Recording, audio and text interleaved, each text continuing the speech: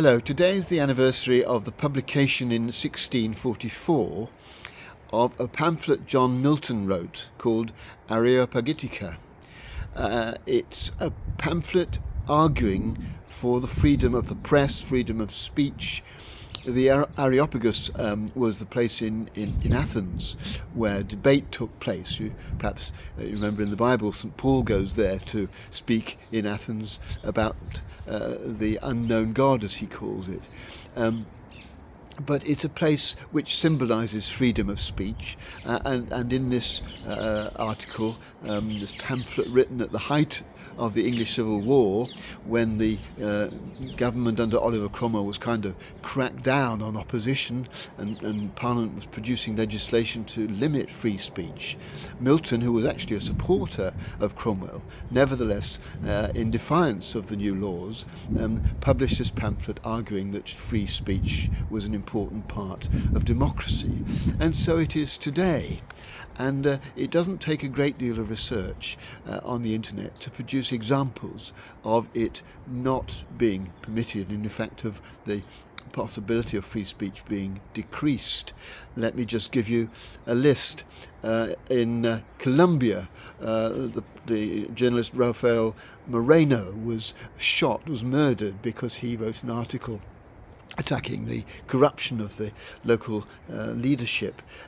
In Russia, Ivan Gersovich, an American journalist, is still being held, being accused of being a spy because of his reporting on the Putin regime. And indeed, that regime is cutting down drastically on freedom of speech. In Turkey, a bill was passed by the Parliament in order to limit both social media and the press from certain kinds of reporting, and this was done in time for it to limit opposition views being expressed in the press just before an election. In Brazil, Dom Phillips was assassinated because of his writing against those who were destroying the rainforest. In India, the BBC on television, which was available in India, produced a documentary about the leader, Javendra Modi, and not long afterwards the BBC's offices were raided and restrictions were put on their activity, and so it goes on.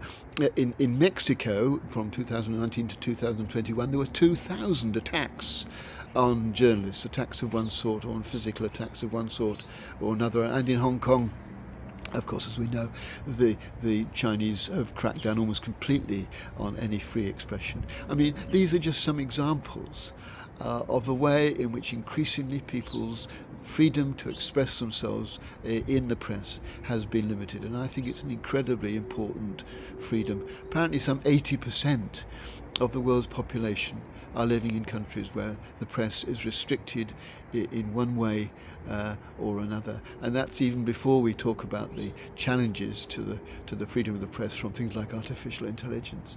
So today I just want to celebrate those who courageously do write articles and publish views which are in opposition to the powers that be, to thank them for their courage, and to hope that they are able to keep going and to offer them support, and just to be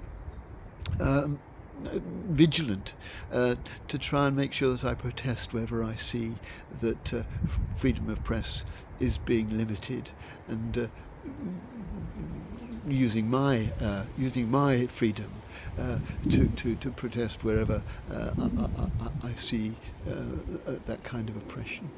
And so today, just a suggestion that when we read the paper or listen to the news in this country, we might just be grateful that by and large what we are hearing and seeing is accurate and is free of oppression and licensing.